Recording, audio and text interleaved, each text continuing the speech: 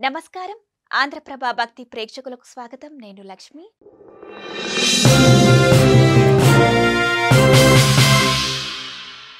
విజయవాడ ఇంద్రకీలాద్రిపై దసరా మహోత్సవాలు 22వ తేదీ నుంచి అక్టోబర్ 2 వరకు ఘనంగా జరగనున్నాయి. ఈ 11 రోజుల పాటు దుర్గమ్మ 11 అలంకారాలలో భక్తులకు దర్శనమివ్వనున్నారు.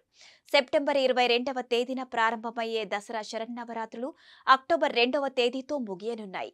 ఈ ఏడాది తిథి వృద్ధి చెందడంతో 2025 దసరా శరన్నవరాత్రులను 10 రోజుల పాటు నిర్వహించాలని నిర్ణయించారు. అనంతరం 11వ రోజు అంటే అక్టోబర్ 2వ తేదీన విజయదశమి పండుగ నిర్వహించనున్నారు. సాధారణంగా ప్రతి ఏటా కనకదుర్గమ్మ అమ్మవారికి 10 అలంకారాలు ఉంటాయి. ఈ ఏడాది సెప్టెంబర్ 25వ తేదీన 11వ అవతారంగా కాత్యాయని దేవిగా అమ్మవారు భక్తులకు దర్శనమివ్వనున్నారు. అయితే ప్రతి 10 ఏళ్లకు ఒకసారి తిథి వృద్ధి చెందుతుంది. దీంతో దసరా శరన్నవరాత్రులు 11 రోజుల పాటు జరుగుతాయి. ఇంతకుముందు ఇలా 2016లో 11 రోజుల పాటు జరిగాయి. అప్పుడు కూడా తిథి వృద్ధి చెందడంతో అమ్మవారిని కాత్యాయని దేవిగా అలంకరించారు. మళ్లీ ఈ ఏడాది అమ్మవారికి కాత్యాయని దేవి అలంకారం చేయనున్నారు. అయితే సెప్టెంబర్ 29వ తేదీన అమ్మవారి జన్మ నక్షత్రం మూలా నక్షత్రం రోజున సరస్వతీదేవి అలంకారంలో భక్తులకు దర్శనమిస్తారు. ఈ దసరా పండుగ ఆశ్వయుజ శుద్ధ పాఠ్యమి నుంచి నవమి వరకు 9 రోజులు దేవి నవరాత్రులు ఉంటాయి. చివరి రోజు విజయదశమి కలిసి దసరా అంటారు. దసరా పండుగ ముఖ్యంగా శక్తి ఆరాధనకు ప్రాధాన్యతనిచ్చే పండుగ. ఈ పండుగను నవరాత్రి లేదా శరన్నవరాత్రి అని కూడా అంటారు. ఇక దసరా శరన్నవరాత్రులు అమ్మవారి 11 అవతారాలు ఒకసారి చూద్దాం. సెప్టెంబర్ 22న శ్రీ బాలా త్రిపుర సుందరీదేవి అలంకారం.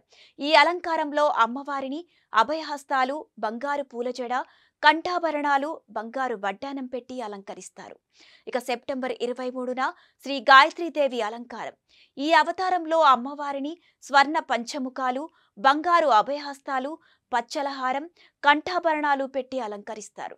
అలాగే సెప్టెంబర్ 24న శ్రీ అన్నపూర్ణాదేవి అలంకారం. ఈ అవతారంలో అమ్మవారిని స్వర్ణపాత్ర, బంగారు త్రిశూలం, హస్తాలు పెట్టి అలంకరిస్తారు. ఇక సెప్టెంబర్ 25 కాత్యాయని దేవి అవతారం. ఈ అవతారంలో అమ్మవారు సింహవాహనంపై అధిరోహించి కరవాలం చేతబట్టి రాక్షసత్వాన్ని నశింపజేసే జగద్రక్షణిగా భక్తులకు దర్శనమిస్తారు. ఇక సెప్టెంబర్ 26 శ్రీ మహాలక్ష్మీదేవి అలంకరణ. ఈ అవతారంలో అమ్మవారిని గజరాజు, అభయహస్తాలు, ధనరాశులు, వడ్డానం, కంఠాభరణాలు, కర్ణాభరణాలు పెట్టి అలంకరిస్తారు. ఇక సెప్టెంబర్ 27 శ్రీ లలితా త్రిపుర సుందరీదేవి. ఈ అవతారంలో అమ్మవారిని స్వర్ణ కిరీటం, కంఠాభరణాలు, స్వర్ణాభరణాలు, అభయహస్తాలు పెట్టి అలంకరిస్తారు. ఇక సెప్టెంబర్ 28 మహాచండీ అలంకారం. ఈ అవతారంలో అమ్మవారిని సింహవాహనం, కంఠాభరణాలు, ఖడ్గం, కర్ణాభరణాలు, హస్తాలు పెట్టి అలంకరిస్తారు. ఇక సెప్టెంబర్ 29 శ్రీ సరస్వతీదేవి అలంకారం. ఈ అవతారంలో అమ్మవారిని బంగారు వీణ, స్వర్ణహస్తాలు, పగడాలహారం, వడ్డానం పెట్టి అలంకరిస్తారు. ఇక సెప్టెంబర్ 30 శ్రీ దుర్గాదేవి అలంకారం. ఈ అలంకారంలో అమ్మవారిని శార్దూల వాహనం, బంగారు త్రిశూలం, సూర్యచంద్రులు, శంకుచక్రాలు పెట్టి అలంకరిస్తారు. ఇక అక్టోబర్ 1 శ్రీ మహిషాసుర మర్దిని దేవి. ఈ అవతారంలో అమ్మవారిని సింహవాహనం, బంగారు త్రిశూలం, స్వర్ణ ఖడ్గం, కంఠాభరణాలు, కర్ణాభరణాలు పెట్టి అలంకరిస్తారు. ఇక అక్టోబర్ 2 విజయదశమి రోజున శ్రీ రాజరాజేశ్వరి దేవి అలంకారం. ఈ అవతారంలో అమ్మవారిని స్వర్ణాభరణాలు, అభయహస్తాలు, చెరుకు గడలతో అలంకరిస్తారు. కాసుల పేరు, బంగారు పూలజడ, దేవి పాదాలు అమ్మవారి రూపాన్ని అనుసరించి పెడతారు. శరన్నవరాత్రుల్లో భాగంగా నవదుర్గల్లో దుర్గాదేవి రూపంలో అమ్మవారిని దర్శనం చేసుకుంటే దుర్గతులను నివారిస్తుందని పురాణాలు చెబుతున్నాయి. శరన్నవరాత్రుల్లో దుర్గాదేవిని పూజిస్తే భక్తులకు శుభం కలిగిస్తుందని విశ్వాసం.